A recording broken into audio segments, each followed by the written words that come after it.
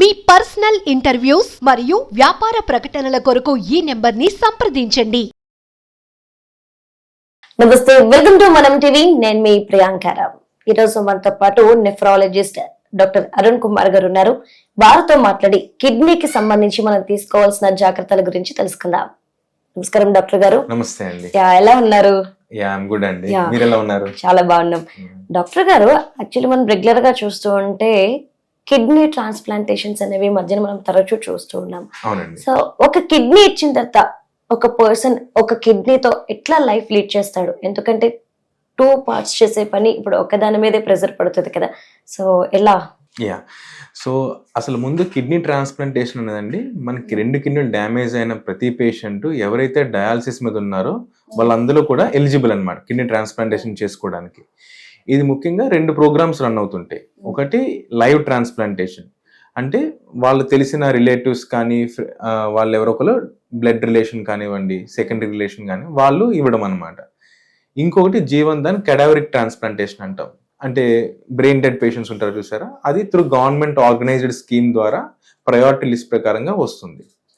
So ఇప్పుడు మనము దేవుడు మనకి 2 కిడ్నీలు ఇచ్చాడు, కానీ మనకి విచిత్రంగా 2 కిడ్నీలలో ఒక కిడ్నీ కంప్లీట్ డ్యామేజ్ అయిపోయి స్టిల్ మనకు ఒక కిడ్నీ కంప్లీట్ నార్మల్గా ఉన్నా సరే స్టిల్ మీ బ్లడ్ పారామీటర్స్ చెక్ చేసినప్పుడు అన్నీ కూడా నార్మల్గా ఉంటాయి. అంటే మన డైలీ లైఫ్ లీడ్ చేయడానికి 1 కిడ్నీ ఇస్ ఎనఫ్ అనమాట. ఇంకోటి ఎక్స్ట్రాగా మన రిజర్వ్ ఉంటుంది. సో ఈ కాన్సెప్ట్నే మనము కిడ్నీ డొనేషన్లో యూజ్ చేసుకుంటాం. ఓకే, సో ఇప్పుడు ఎవరైతే ఫ్యామిలీ మెంబర్ వచ్చారు ఇవ్వడానికి, వాళ్ళకి 2 కిడ్నీలో ఒక కిడ్నీ తీసేసి ఈ పేషెంట్కి మనం ఇస్తున్నాం. సో ఎవరైతే దానం చేస్తున్నారో వాళ్ళు donors rest of the life అంతా ఒక కిడ్నీతో ఉన్నా సరే వాళ్ళకి ఎటువంటి ప్రాబ్లము ఉండదు. వాళ్ళ లైఫ్ టైం అలానే ఉంటుంది. సో ఇన్ఫాక్ట్ ఏంటంటే ఈ డోనర్స్ లో వాళ్ళ ఏజ్ తో కంపేర్ చేసిన ఇండివిజువల్స్ ని మనం ఒక లాంగ్ టర్మ్ ఒక 10 ఏళ్ళు 20 ఏళ్ళు జాగ్రత్తగా చూసామనుకోండి, ఈ డోనర్స్ ఇంకా హెల్దీగా కనిపిస్తున్నారు. దీనికి ఒక లాజిక్ ఉంది. సో ఎవరైతే కిడ్నీ డొనేట్ చేస్తారో డొనేట్ చేసేటప్పటికే వాళ్ళకి మొత్తం హెడ్ టు టో మొత్తం అనేది చెకప్ అయిపోతుంది. ఏం చిన్న ప్రాబ్లం ఉన్నా సరే ముందే మనకు ఐడెంటిఫై అయిపోతుంది.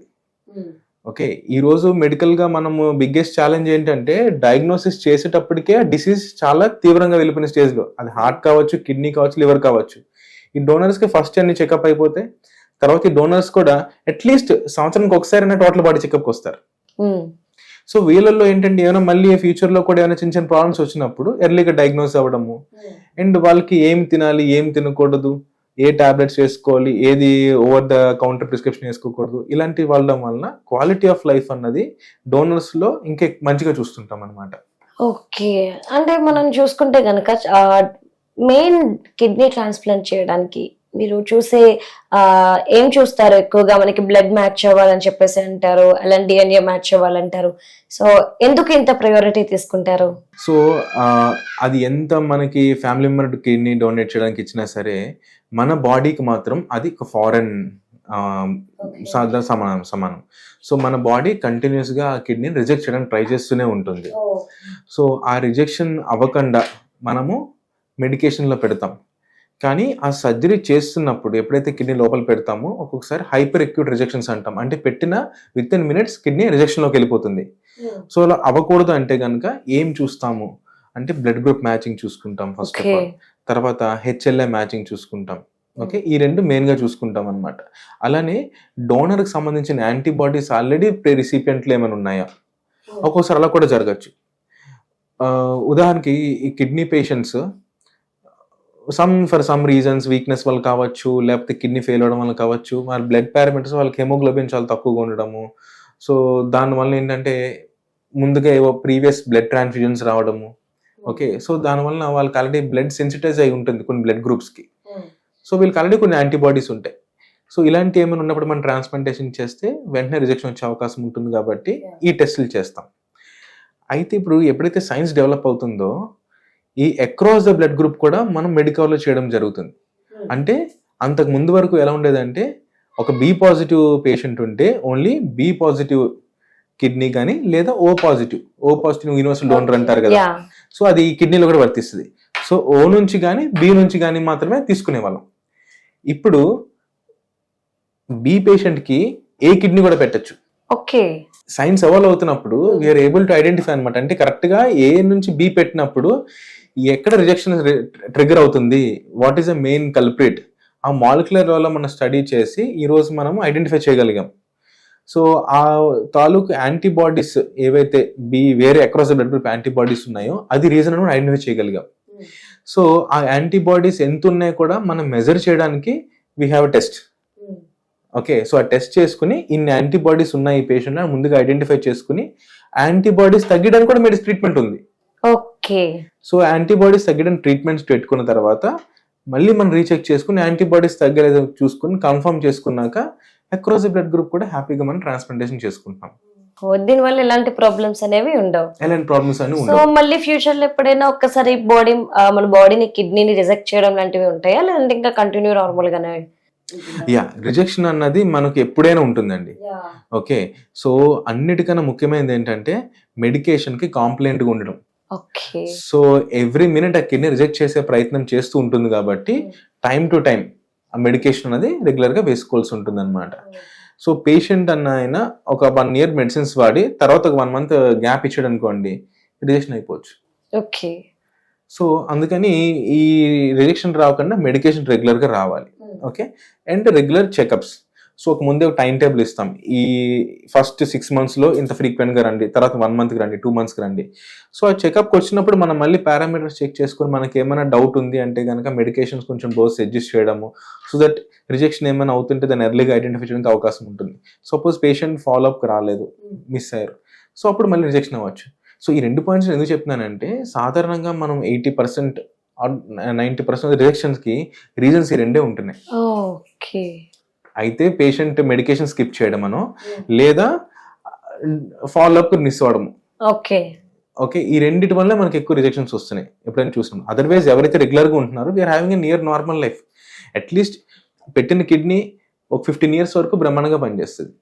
ఓ, సో అంటే వన్స్ కిడ్నీ ట్రాన్స్ప్లాంట్ అయిందంటే 15 years లైఫ్ టైం, ఇది మాత్రం గ్యారంటీ. ఈ ప్రొవైడెడ్. ఓకే. ఇవన్నీ.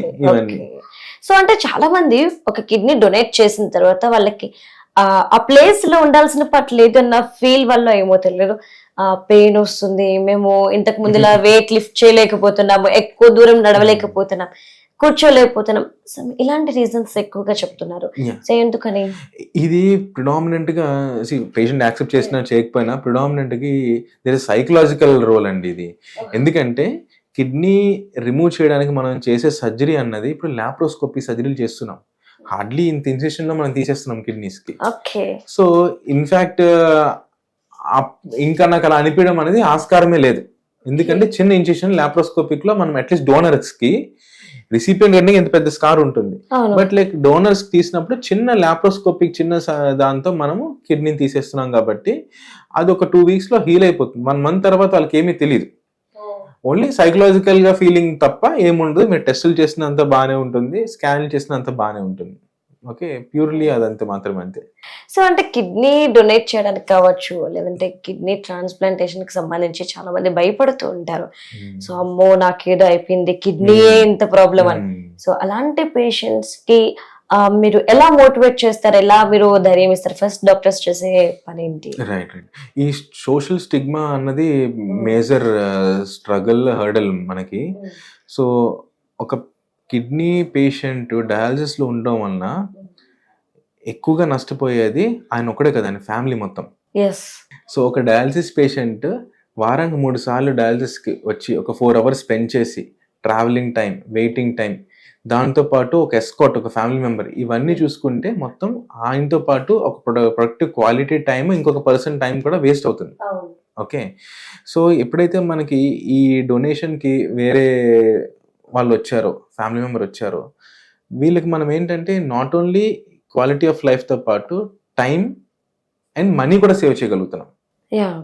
ఓకే, సో ఫినాన్షియల్ గా కూడా ఒక సంవత్సరం మొత్తం మీరు ఖర్చు పెట్టే దాంతో మీకు ట్రాన్స్ప్లాంటేషన్ అయిపోతుంది, డయాలసిస్ కి, మెడిసిన్స్ కి ఖర్చు పెట్టే దాంతో.